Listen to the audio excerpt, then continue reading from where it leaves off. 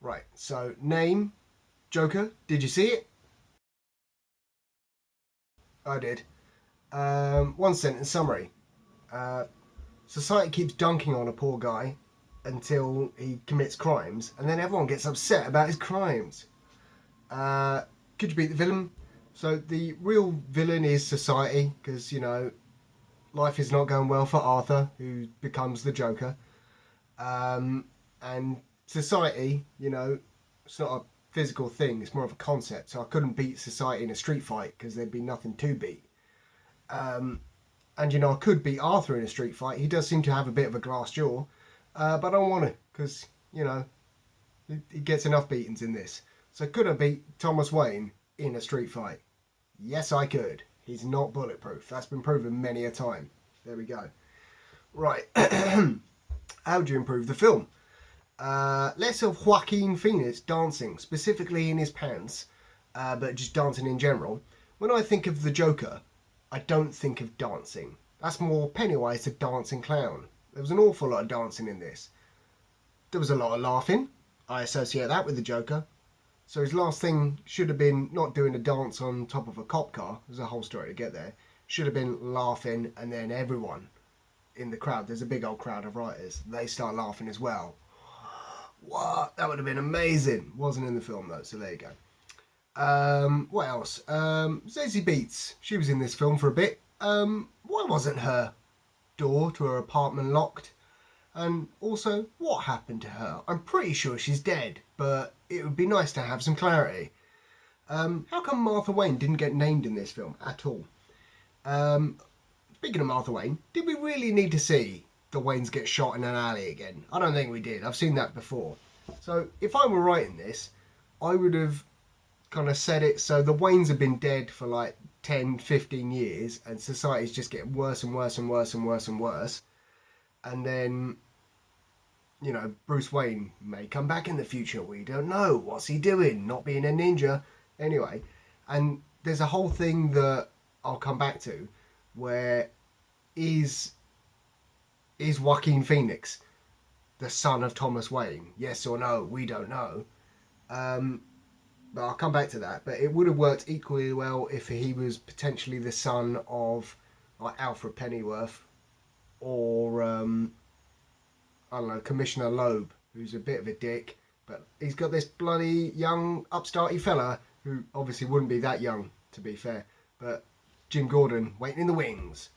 Anyway, um, oh bloody Arthur Fleck, aka the Joker, aka Joaquin Phoenix, he waltzes through a police barrier like it's no big thing. So good on him. Um, the film that was playing when the Waynes were leaving the cinema, which never ends up well for them. I can't. I'm not sure if I imagine this, but I think the film was Zorro and the Gay Blade. Uh, Probably meant happy, but I'm very confused. Um, Speaking of things I was confused by, so if you've seen the trailer, you know what I'm talking about. But there's a bit where old Arthur he has to walk up a big old set of stairs just to show how oppressed he is. And then when he becomes the Joker, he walks down, well, he dances down them, symbolism and stuff. But he walks up those big stairs, and then when he's going into his apartment, he's walking down a slight hill.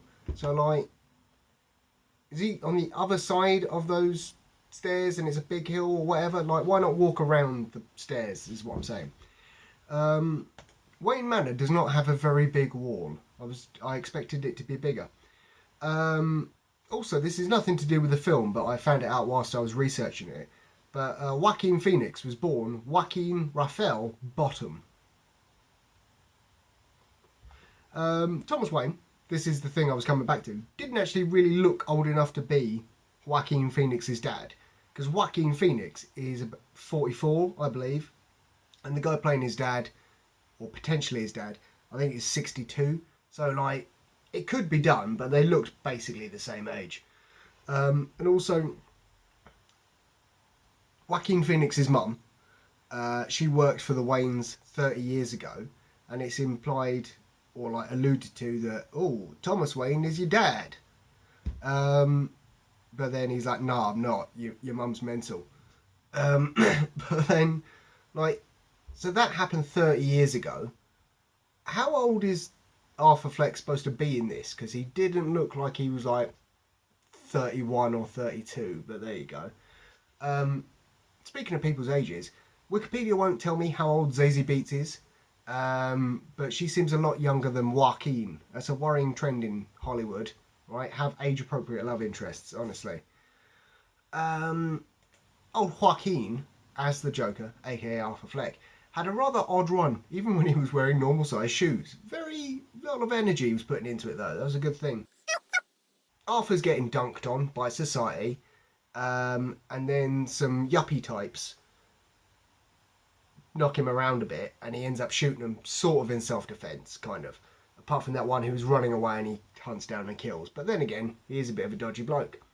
Anyway, and the papers become obsessed with like the clown vigilante, and it starts a political unrest in the city, blah blah blah blah blah. Fair enough. Maybe you could say that the papers were interested because these guys weren't poor, and everyone who usually dies is poor. All right, but why were they calling him the clown vigilante? Because apart from being like drunk loudmouth yobbos, those banker dudes, the Wall Street fellas, they didn't appear to be doing any crimes. Maybe they were doing white collar crimes, and I just didn't read the papers enough. But there we go. Um, I don't know why this film was set in the 80s. Like, I think it was set in 1981 for style reasons, but like the political protests and unrest and blah blah blah blah blah, a couple of people had signs that said resist, and that's like a modern thing from modern protests. But there you go. And it's not like, oh, the only time in history things have been shit for poor people is the late 70s and early 80s. Like, you just set the film now, is what I'm saying. Um, Rating out of 5 beers, 2. It was quite a thoughtful film, dark, and it was, basically unrelated to any other DCEU film, which is always something that kind of is going to work in a film's favour. I am kind of pissed that within the first 10 minutes of the film, I had clocked that those guys who maybe spoiled the ending for me had actually spoiled the ending for me. So, there you go. Apart from that, it was alright.